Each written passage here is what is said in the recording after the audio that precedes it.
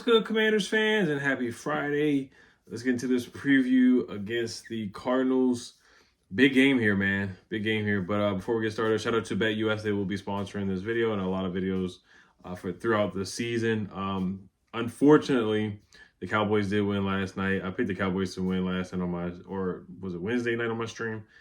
And Daniel Jones just missed Malik Neighbors for where he beat Trayvon Diggs, and Malik Neighbors was there. So it is what it is. We got to take care of our own business in the NFC East to stay in the first place of the NFC East. Of course, we'll go over narratives and storylines for the game, and go over the injury report. Some good news on Sam Cosmi for the most part.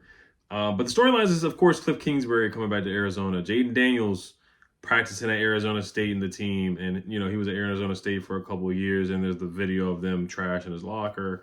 But he had a good relationship for the most part with a lot of guys and a lot of people with Arizona State, like Herm Edwards, Antonio Pierce, Brandon Ayuk, and Rashad White. So a lot of people really love Jaden Daniels at Arizona State, and him coming off this huge game on Monday Night Football where everybody's loving him now. He has to keep the outside noise out, which he does a great job of doing that anyway. And then, of course, Cliff Kingsbury and Kyler Murray, we all remember the viral or the big moment on Monday Night Football where Cliff and Kyler were kind of drawing back and forth, where Kyler was getting, pretty loud with Cliff Kingsbury. And then they did make the playoffs one time. And then after that playoff run that one year, it just kind of went downhill, where they got blown out in that playoff game pretty badly, went downhill. And the Arizona Cardinals parted ways with Cliff. Cliff's done a great job here. I've had no complaints so far. Maybe the Buccaneers game, and that's really it. I really liked what he did in the Giants game. People complain about the Giants game, but I thought Cliff did a good job because he stuck with the run. And he kept running the ball with B-Rob, and B-Rob got, 17 carries against the Giants? And that's just something we didn't see last year, is a lot of consistent carries and establishing the run game last year. So I've been fine with Cliff. I love how he's deciding to go 4-on-4 downs now. I think that's going to be a big key to victory I'm going to talk about later. But we know the history there with him in Arizona, and then the famous picture where he's at the draft, or he's at home during the draft in his huge mansion with a nice suit on. Didn't have the suit jacket on, but, he looked pretty nice. And then what's the other storyline? Zach Ertz. Zach Ertz going back to Arizona. He played with the Cardinals with Cliff Kingsbury. So there's a couple storylines there. But let's transition to the injury report here real quick. Austin Ekeler, as we already know, he's out. They announced that Clelin Ferrell out. Jamison Crowder did not participate on Thursday. They have not come out with the injury report just yet for today. But who knows if he'll play. I mean, he played 6 snaps last game. I do like Crowder. But let's see if, they'll probably have Zacchaeus return punts. Sam Cosmi, he's going to play. Limited with the Achilles injury. Ben St. Juste, chest injury limited. He's going to play. Emmanuel Forbes, full participant. He's going to play. And Quan Martin, full participant with the elbow injury. He's going to play. Johnny Newton, full participant with the foot injury. He's going to play. So that's good news, of course. He's played the last 2 games. For the Cardinals, Trey McBride is out. That's going to help us out, guys. I mean, we'll take anything we can get. This defense, I mean, it still doesn't matter. You can put a backup tight end, and he'll still probably get numbers against us. We actually do pretty well against tight ends. It's receivers that we struggle against, like wide receiver 1s and 2s and 3s and 4s and 5s. Any wide receiver we really struggle against, excuse me, for the most part. Tight ends, we actually do a good job. Like Gesicki, I think he had a solid game, but like he didn't go crazy. Like the guys that went crazy were like Jamar Chase and Eve Ashish from the Bengals, and the Buccaneers, everybody went crazy. Mike Evans, Chris Godwin, and Jalen McMillan caught a touchdown. Like, those are the guys that really hurt us. Tight ends don't really, like, K-Dot didn't do much. And then the second game against the Giants, Theo Johnson, Daniel Bellinger, they're not, juggernaut tight ends anyway. But we actually do a solid job of containing tight ends. If you want to say the defense does anything solidly, I think that's the only thing you can really pinpoint that the defense has done somewhat of a job. And had they really done a solid job, or is it just wide receivers so open, quarterbacks don't even decide to go to their tight end? So you look at it that way too. Moving on to other guys, but Trey McBride being out, it's going to help. It's going to help. It's going to help us. He's a talented tight end. Kyrie's Tonga did not participate. Defensive linemen, they've been banged up. Like Justin Jones is out for the season. Their defensive line is pretty darn banged up. Their offensive line is kind of banged up a little bit too. They've had a couple injuries to their right tackles as well. Offensive lineman Calvin Beachum, limited. He's going to play. Marvin Harrison, of course, we know he's going to play, limited with a quadricep injury. Buda Baker, quadricep injury, full participant. He's going to play. Dennis Gardeck, who's had a good season so far with 3 sacks, full participant. He's going to play. Dante Stills, defensive lineman, shoulder injury, full participant. He's going to play. So that is the injury report right there. But speaking of tight ends and whatnot, shout out to, I want to talk about Zach Ertz. Shout out to BETUS. Make sure you guys check them out. They have a good promo code going on, a good promo deal going on, 150% bonus on your first deposit, up to $2,000 on your first 3 deposits. So after your first deposit, you then get 125% bonus on your next 2 deposits, up to $2,000 using promo code YouTube150. So make sure you guys check that out on BETUS. We've been hitting on some plays. Last week we hit on Zach Ertz, over 2.5 receptions. Who else did we hit on? We hit on Terry, 3.5 receptions. And then we hit on Joe Burrow, 1.5 pass touchdowns. The only prop that we did not hit was on the B-Rob rushing yards. But I did put B-Rob's rushing attempts in there too. So make sure you guys use YouTube150 as the promo code if you are a first-time user on BETUS as well. They also have, you get 10% back on your net losses twice a year on BETUS. All right, so let's go over the player prop picks that we have pretty quick here that I really like. I'm only going to go with 3 props. I'm just going to quickly go over and go over them real quick. So Zach Ertz over 2.5 receptions is at -196. The value on that is very juicy. There's a lot of juice on it, so the payout is not a lot. If you take it as a straight, I'm gonna take it as a straight and parlay it with these other 2 picks too. But 2.5 receptions is very low. I would take that. I would see him getting 4. I could see him getting 4. I think he got 4 last week against the Bengals on Monday night, a couple days ago on Monday night, and then he got like 4 against the Buccaneers. He got like 3 against the Giants or something like that. Jaden loves Zach Ertz, and this is somewhat of a revenge game for Zach Ertz a little bit, going back to Arizona. So he's going to get a lot of targets and a lot of catches, especially with Austin Eckler out. You got to look at the receptions go up for other guys. Maybe Jeremy McNichols might get a couple targets. We'll see. But Kyler Murray over 1.5 passing touchdowns, -132 on BETUS. Joe Burrow threw 2 or 3. He threw 3 touchdown passes. Baker Mayfield threw 4 touchdown passes on our defense, and Daniel Jones threw 2 touchdown passes against our defense. So every quarterback that has played against us has thrown at least 2 touchdowns. So I think that's an easy layup for Kyler Murray to do that. Jaden Daniels over 9.5 carries, especially with Austin Eckler being out. In the 3 games that Jaden Daniels has played in, he has had 14 carries in the first game, 10 carries in, where is it? I got the stats right here. I don't know where the stats went, but I had the stats up like not long ago. It was like 10. He had 10. He had 14 in the first game, 10, and here we go right here. 14. He had 16 against Tampa Bay, 10 against the Giants, 12 against Cincinnati. So 9.5 rushing attempts or carries, as they call it on BETUS. I would smash the over on that, and that right now is at -143. So I'll parlay that. I think it comes out to like +390 or something like that. Make sure you guys put those picks in on BETUS. All right, so let's get to keys to victory here. I'm gonna start it with the offense, because the defense, to me, I'm not gonna call them a lost cause, but the defense is probably the toughest part here, where it's just an uphill battle because of personnel. Our personnel is just, it's an uphill battle. That's all I'm going to say with our defense. It's an uphill battle. With Emmanuel Forbes coming back, it's like, okay, that's not, I'm not going to badmouth Emmanuel Forbes. I wish him the best, and I hope he comes out there and performs. I think this is a better matchup for him, because just don't put him on Marvin Harrison. But I think he actually holds his own a little bit against Greg Dortch. And who's the other receiver that they got? Greg Dortch is a good receiver. And they got another receiver out there too. I got, what's the guy's name? And Trey McBride being out will certainly help us out.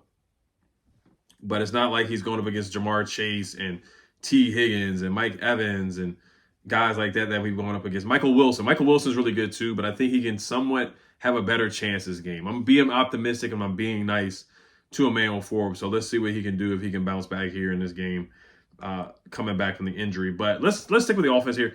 So offense, we haven't punted in 2 weeks, which is great. Let's keep that up. Keep Tressway off the field. Keep Tressway off the field unless it's for a field goal or extra point. Establish the run. The Lions have struggled against the run. They gave up 70 yards to James Cook, which is not a lot, but they struggled. He had 19 carries for 70 yards. Josh Allen hurt him on the ground a little bit. And then last week, David Montgomery hurt him on the ground, and Jahmyr Gibbs hurt them on the ground as well. They really struggled to stop the run against the Lions. Let's establish a run game. They are banged up in their interior. Like I said earlier, Justin Jones out for the season. They're on second-string guys in that interior defensive line. So let's, physicality with B-Rob. I know Eckler's out, but I think B-Rob has to have at least 15, 16, 17 carries to really solidify and give us a good chance to win this game. Time of possession. The only reason why I say time of possession this time, I said it last time because, we really have to keep offenses off the field. Like Joe Burrow, I didn't want to keep him on. I didn't want to let him see the field much because every time we knew he was going to score. But usually when I say time of possession and control of the clock is when we're a team that struggles to score and it has to be a low-scoring game. This is going to be a shootout game in my opinion. But I will still stick with time of possession and control the clock only because our best defense is our offense. We're going to have to score points. We're going to have to keep away from Kyler Murray and Marvin Harrison and James Conner. That's what we're going to have to do. So it's still time of possession, but even if we score quickly like we did a couple times against the Bengals or the Bungles, I'm fine with that. But before, when we were still dinking and dunking and sideways passes, a lot of that, this college offense, which is balling right now, I was like, okay, we have to really dominate the clock and probably win an ugly game against the Bengals. But now since I know that Jaden can easily throw the ball downfield to Terry McLaurin now and connecting, their chemistry is getting better, him and Noah Brown and Zach Ertz and other guys, we can still score quickly, but I would love to bleed out the clock only because our defense they haven't shown to consistently get stops. They just have not. Jaden running the throw. Keep doing what he's doing. I love when he ran a throw to McCaffrey on the 4th and 2. I love when he ran a throw to Noah Brown in the red zone. The pass to Terry McLaurin, even though that was in the pocket. But if he's running, I still want him to run because Eckler's not going to be there, so he's going to get more opportunities to run. I feel like there might be some more design runs and whatnot. But I do want him to keep his eyes down the field like he did with the pass to Luke McCaffrey and Noah Brown. Those were beautiful throws from Jaden McDaniels, and it showed growth from weeks 1 and 2. So I love that with a passion. Touchdowns, not field goals. It's going to be a shootout, like I said. So we're going to have to finish these drives. And if we have to go on 4th and 2, but this is the biggest thing, too, to me as well. Analytics on those 4th and 2s, 4th and 3s. When is it a smart decision to go for it on 4th down? When is it a smart decision to just go take the field goal? So in the context of the game, Dan Quinn, Cliff, and since they're, allowing Jaden Daniels what it looks like from body language to tell them what to do sometimes. I don't say tell them what to do, but if he's really into it like Jaden has been, he's like, hey, let's go for it, which we saw on his face in the Monday night game where he was like, hey, I'm ready for the play. Let's go. 4th and 4. He was ready to go. And he made that pass to Zach Ertz. When is it a smart time? And I said this in my stream too, the scenario, okay, let's say, because like I said, I think it's going to be a high-scoring game. I think it's going to be in the 20s. It could get in the 30s, but I think it's going to be like 28, 25, something like that. Let's say it's 20-20, right? Third quarter. Both teams have been going back and forth, 21-21, whatever. And it's 10 minutes to go in the third quarter or 8 weeks to go in the third quarter. And we're on their 35. And it's like a 48-yard kick or whatever, 50-yard kick. We're on their 37. It's 4th and 3. Do we believe in Austin Seibert or Cyborg in the dome to kick the field goal and knock it down? Or do we want to keep going and go for it like we did against the Bengals? So those are some of the decisions that Dan Quinn has to make in their analytical team, and Cliff Kingsbury and also Jaden involved in the decision as well. Penalties, offensive line did a great job with that. Brandon Coleman, how many snaps is he going to play? Cornelius Lucas, how many snaps is he going to play? BETUS, keep it up. The offensive line did a great job last week or Monday night. Everybody did a good job from Wiley across the board. Allegretti did a great job. They all did a really good job on Monday Night Football. Sam Cosmi did a good job. Everybody did a good job. Penalties, they cut down on the penalties. They cut down on the false starts. They cut down on the miscommunication, Ben Sinnott included. We didn't see the mess ups and shooting ourselves in the foot in the red zone. So that was huge. We got to keep that up. Get Terry McLaurin involved, obviously. Zach Ertz, Noah Brown, De'Ami Brown, spread the wealth to Luke McCaffrey, but we got to get our best football player, our best receiver to football, and Jaden did a great job doing that. So really just building on a lot of things that we did last week for the keys to victory. Like I said, I think we can run the football against the Lions because that is one of their weaknesses. Sean Murphy Bunting is a good corner, but I don't think he can check Terry. None of their corners can really check Terry. Buda Baker's a good safety, but I don't think any of these guys can really check Terry and hold him and keep him in check. Clock management, 2-point conversions, 2-minute warning. The challenge flag, when to throw it, when not to, and when to kick a field goal, a lot of analytics. And then also kick returning and punt returner. Since Eckler is out, who's going to be that kick returning? Is it going to be McNichols? Is it going to be Zacchaeus? Whoever. Who's going to be returning punts and kickoffs? Because Eckler did a good job the last 2 weeks, even though he had that penalty that was called back by Nick Bellore. All right, defense. I'm going to keep it short and simple, man. We got to keep Cobb in the pocket. Easier said than done. We know he's a jitterbug. He can run. He's super quick. He's an athlete, played baseball, all that. We know he's an athlete, and he can throw on a run. So I know people go on him for playing Call of Duty, but he's a talented quarterback. He's a talented quarterback. Got to keep him in the pocket. Easier said than done. Have to wrap up. You have to tackle. He is very, very good at sliding as well, though. So keep that in mind. He's really good at getting away from the rush. Right now, he's 29th in NFL EPA per drop back when he's blitzed, but he's 5th in total EPA per drop back in total. But when he's blitzed, he doesn't do well. So we're going to have to manufacture pressure. We're going to have to manufacture pressure, especially with Cleveland Farrell being out. Maybe they elevate Justin Hollins, Jamin Davis getting the mix as well. John Allen, Jerome Payne, they just got to step up. John Allen right now has more radio interviews than sacks at this point, and that's ridiculous. He's got to be better than that. He's got to be better than that. Dorrance Armstrong, I want to see him get active, get some pressure on Kyler Murray as well. Frankie Louvu sent him on a blitz. Joe Witt Jr. said he wants to send some safety blitzes as well. So Jeremy Chin, maybe he can get some pressure on the quarterback on a safety blitz or whatever. So any way they can manufacture pressure, we have to do it. Do not put a man on Forbes on Marvin Harrison. Maybe bracket him, double team him, whatever, because I think the other guys are good, but they don't have a T. Higgins, they don't have a Chris Godwin, where it's like two dominant receivers. I think Marvin Harris is really good, but Greg Dortch, we got to force him to beat us. And Michael Wilson, we got to force him to beat us too. Mikey Sanders still, keep him in the slot. Don't put him on the outside again. Keep him in the inside. He's got to play better as well. Tackle. Jeremy Chin has to wrap up. All these guys got to wrap up. And Ben St. Juste has to turn his head around when he's guarding Marvin Harrison. Those are the huge keys for me. And obviously stopping the run, stopping James Conner, making them one-dimensional, and make Kyler stay in the pocket and beat us with his arm. Communication on the back end, as always, we struggled with that this year. We struggled with basically everything this year on the defensive side of the football. Johnny Newton, what does he do? How does he play this game? I want to see him get more snaps. And he had a solid outing on Monday night. So let's see if he can build on that and improve. So discipline, rush lane integrity against Kyler Murray. Third down defense is going to be huge. And are they going to play zone on third downs and third and longs? So we'll see what they do with that. But hey, force a turnover. Ball is life too. We got to force a turnover, whether it's punching the football, Ben St. Juste, or catching an interception. We cannot drop any interceptions. So, all right. Prediction here. I do have us winning this game. I know I picked us to lose, I think, every game this year. I picked us to lose. And yeah, I picked us to lose every game. So I got us winning. I hope I don't jinx us. I really don't. I hope I don't jinx us. Jamison Crowder's out this week. So we'll see what happens with that.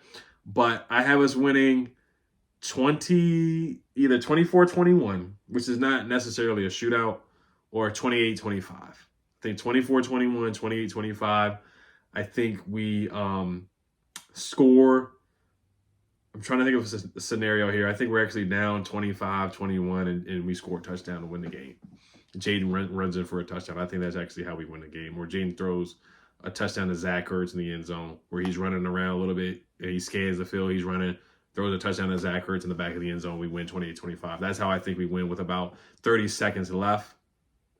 And the Cardinals just don't have enough time to get a field goal. So that's how I feel like that's my prediction for how we win this game. You guys let me know what you guys think, as always. And we go 3-1 into the next week at home game against the Browns. That would be awesome. That would be incredible. Be a top of the NFC East again. All right, guys. You guys let me know what you guys think. Healthy Commanders. Have a good weekend. Peace. And make sure you guys check out BETUS.